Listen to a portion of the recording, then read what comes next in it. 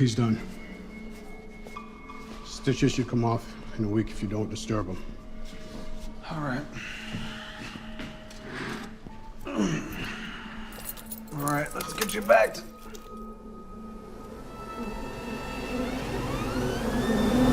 God damn! Motherfucker!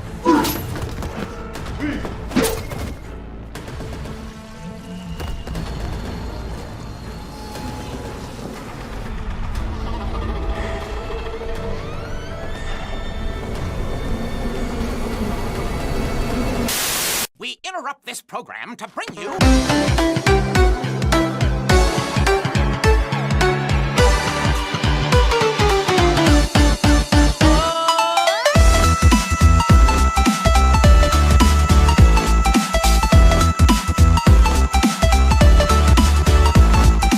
All right, everybody, my name is Kevin. And I'm John. And we are The Real Movie Guys, and welcome back to another episode of The Real Review, the series where we review and discuss all your favorite movies and TV shows. On today's episode, we're checking out Daredevil, Born Again, Episode 8, Isle of Joy. At his inaugural black and white ball, Mayor Fisk tightens his grip on New York City. John, another week, another Daredevil episode, that much closer to the finale, the second to last episode, actually, at this point. I will say this, so up until this point, I feel like we've been watching two different shows. This is kind of how I feel right now. When we first started watching Daredevil, it felt like a certain darker, different tone. And then we kind of jumped into a series of episodes, I would say from like 2 to 7, probably around that, where it felt like another show. And now I feel like back in episode 8, we're back to that episode 1 show. And I think it has a lot to do with the creators are actually... these are part of the reshoots from what I can understand for the show, where initially I think episodes 2 through 7 were like the core show, and then they went back and reshot a lot of things and added things to the show to make it a little more interesting, a little more deeper. And I gotta tell you, man, this is by far, I think, out of all the episodes besides episode 1, this is my favorite episode to date. I think it was absolutely phenomenal, knocked it out of the park. Ironically, didn't have any masked Daredevil in the episode, but that didn't bother me. This episode was phenomenal, man. I had a great time. Oh yeah, no, definitely. And especially like the build up to the ending of this episode just made it all like totally worthwhile. And it's almost like before we were kind of like waiting for the end of like the show to be happening, and now it's like, okay, I don't really want this to end. I'm so excited to see, like, this is one of those ones where you kind of wish that they did 2 episodes almost, you know? Yeah, and it's interesting because kind of like I said earlier, episode 1 was like, I thought that was an excellent opening to the show where it kind of just kicked you in the teeth, threw you into the story, and then we slowed down considerably, but the story, it laid out itself fine. You know, I do have issues with the telling of the story, especially with the way they handled Muse and stuff like that, but overall it's fine. But this feels like a different animal to me, especially the way it's filmed. Artistically, I would say this is the most ambitious, I put that in quotes, obviously, of all the episodes, using color theory, especially with Bullseye. In retrospect to Daredevil, you have Bullseye shadowed in the shade of blue with the flowers he's looking at outside of where he's been arrested in the prison. And then you have Daredevil in the shade of red that's constantly covered. And the episode plays with that a lot. And not even just that, but a lot of the angles that are used here, some of the what's the word I'm looking for? The camera view, right? The perspective is changed a lot, where we get different aspect ratios, essentially, where Daredevil, it could be like super zoomed in when he's listening on something, and then the aspect ratio widens to like a full screen shot of everything, and it's like zoomed into your face, and you're like, again, the use of visual and audio in this episode, especially for the dramatic scene that happens towards the very end of this episode, absolutely well crafted. And I gotta tell you, I kind of wonder where that was the whole season, to be honest with you. I kind of wish we had this the whole time, right? Yeah, no, definitely 100%. It kind of got a little wonky for me. Okay. And there was one part where they're like kind of like going through the whole entire like party area, right? And like there's people talking, but like they're not in camera. I thought that was you cool. Hear them, right? But I was like, okay, like where are these people though? Too like. Yeah, I saw like you can see them kind of off in the distance a little ways, but I was like, okay, But see, But, like, I gotta disagree with you, man. I think there was a beauty to that because it was a simulated continuous shot, which I think Daredevil is notoriously known for, especially in the first episode. The fight scene's a continuous shot, but I kind of like that. It felt like we were in the crowd, kind of witnessing what's happening at this party. Essentially, the camera focuses on one person's conversation, and they're talking, having it, and then the camera pans and then slowly fades into the crowd, and then you see other people having a conversation, and then maybe someone else is having another conversation, and the camera kind of looms over there and kind of follows it. I thought that was pretty cool. You weren't blown away by that? I thought that was something to make a scene a little bit more interesting rather than just some talking heads having a conversation the whole time. No, I thought it was interesting. I thought it was cool. I thought it just kind of got off for a little bit. It wasn't for you. Just say it wasn't for you. I like most of it. Like the whole like ending. It wasn't for you. The whole ending part was awesome. Like I liked how they kept going. Like, okay, here and then there and here and there. Yeah. Oh, the tension I got. They know how to film tension in this episode. But before we get ahead of ourselves too much, pretty much the episode opens up with Bullseye. He's in prison for killing Foggy. You know, he's been thrown in the regular jail, I guess, with all the other people that he's kind of pissed off. So he's kind of around. He's like, I got to get out of here. They're gonna murder me. And he invites Matt Murdock to come visit him in prison.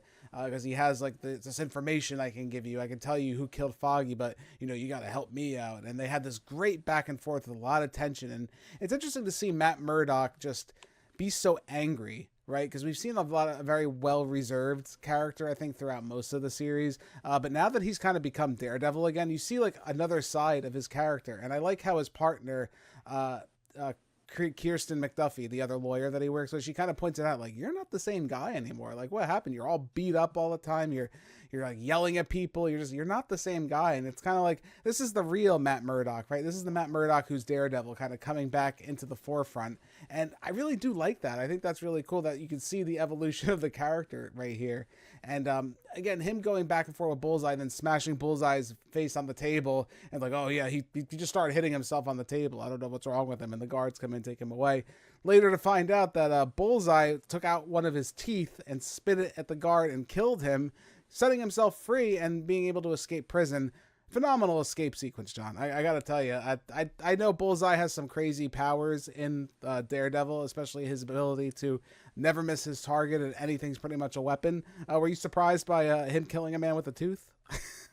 I was a little bit surprised. I was like, and I also like it took me until like almost till now to realize like, okay, that all stemmed from him smashing his face into. Yeah, that's why he's like, thank you. I that. I was confused at first when like he was in the place. I was like, oh, what happened to him? But then I remembered, oh yeah.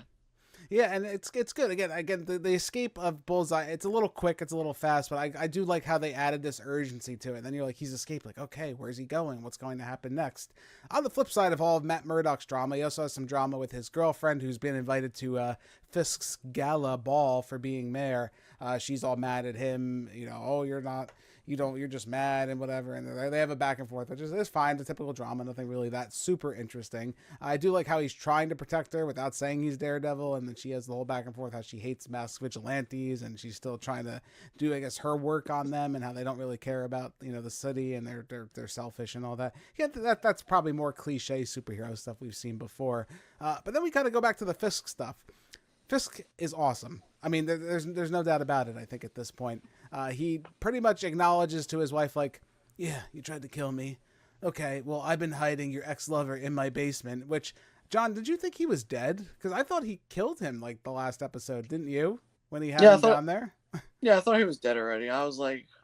But then when they started to do the whole thing, like they were trying to make it seem like, oh, will she actually kill him? It was like, right. Obviously, like, she kind of knew whether if she didn't kill him, then Fisk was going to kill her. Right, and it's weird. Like she kind of flip-flopped super fast almost, right? Like, oh, I'm like turned on and I love this Fisk. This is the husband that I used to know. But at the same time, I don't know if she really has come to an understanding, because by the time we get to the end of the episode, where, again, this is where spoilers are going to come in big time for everybody, Wilson Fisk gets shot out by Bullseye, and Matt Murdock, Daredevil, jumps in the way to take the shot from Wilson Fisk, and he is the one who gets laid out.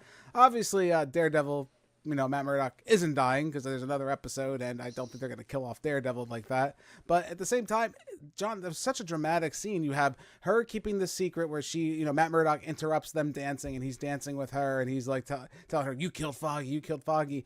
I don't think that's the case, right? I really don't think she's the one that killed Foggy. I do think it might be Fisk to some extent. And there's probably some confusion there where I think she was trying to tell Fisk, like, hey, I kind of put out a hit for you, just so you know. I think maybe she was trying to come, like, tell the truth, right, in their relationship to let something out. And it was a little bit almost too late. Yeah. Well, I also think it's also interesting, like, after they keep trying to show a whole presence of, like, the police being here, like, yeah, okay, that's a big thing in this episode. Yeah, there's a million cops around here. This place is like the most secure or whatever it is, and he kind of just goes in there, shoots at them, and then all of a sudden nobody else fires any bullets at him, and he's just sitting up there, kind of like.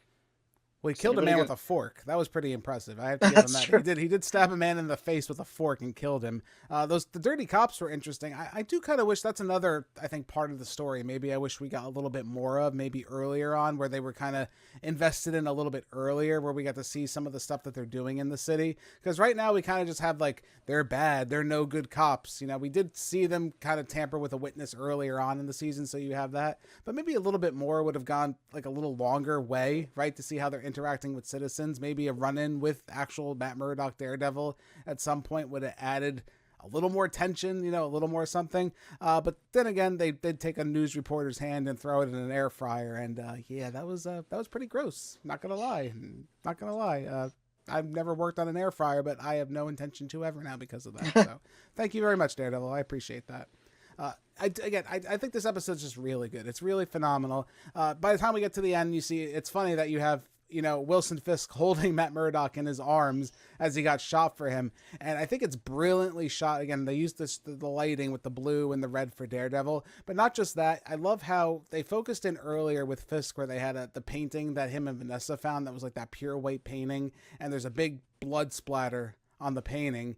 And now that you see Fisk at the end of the episode, he's literally that painting. He has the big blood splatter right across his chest from Matt Murdock. So it's like a juxtaposition of, oh shit, like this is like, it's all connected. I think they're doing a really good job with that. And this episode was fun. It didn't drag for me. Again, there was no Daredevil in this episode. So you would think, John, right, without having your masked hero in the episode, it would drag like some of the other episodes, but I didn't get that. This tone, this angle that they were going for, it felt consistent and strong, and it kept me well interested the whole time. No, yeah, definitely. This was one of those episodes where you just enjoyed watching it. Definitely from start to finish, it was a good episode, and it felt like it started to tie some loose ends, but it's also making you think even more about like how big this story can be. Yeah, and like, I agree. It's a big story, and I do feel the one thing maybe that does bother me is I wish the whole series was maybe more consistent right throughout. I wish we had a little bit more of this kind of style, because you could tell maybe some of the episodes weren't as coherent as they wanted them to be. They had to splice some things together, rearrange a few things. I truly believe, and this is just me kind of throwing this out here, I do think Muse might have been like the end of the season finale of the show. I think that's maybe where it would have ended, and I think they're kind of changing that, right, with these reshoots that they did. They're adding more action, adding more interaction with the actual Daredevil, because the fans don't want that. They do want to see Daredevil a little bit more. Maybe it's not the whole season, but at least we're getting Daredevil now at the end, and I think that's really important to this story, especially Matt Murdock reclaiming his mantle. It's super important, and the drama is great. They're doing a great weaving the drama in and out. Excellent episode, fantastic. John, I think it's time we put a big number on this one. I'm going to go ahead and I'm going to give Daredevil episode 8, Isle of Joy, a 9.7 out of 10. Honestly, hands down for me, besides the premiere, like I said earlier, this is the best episode of the Daredevil show. It added a little bit of intrigue as far as using different camera work, different kind of lighting. I think this is interesting, right? And it's funny because, again, Daredevil is not in this episode. I can't stress that to you enough. The main character, the hero that we want to watch this for, isn't in here. I didn't notice it at all. Excellent tension, excellent character work.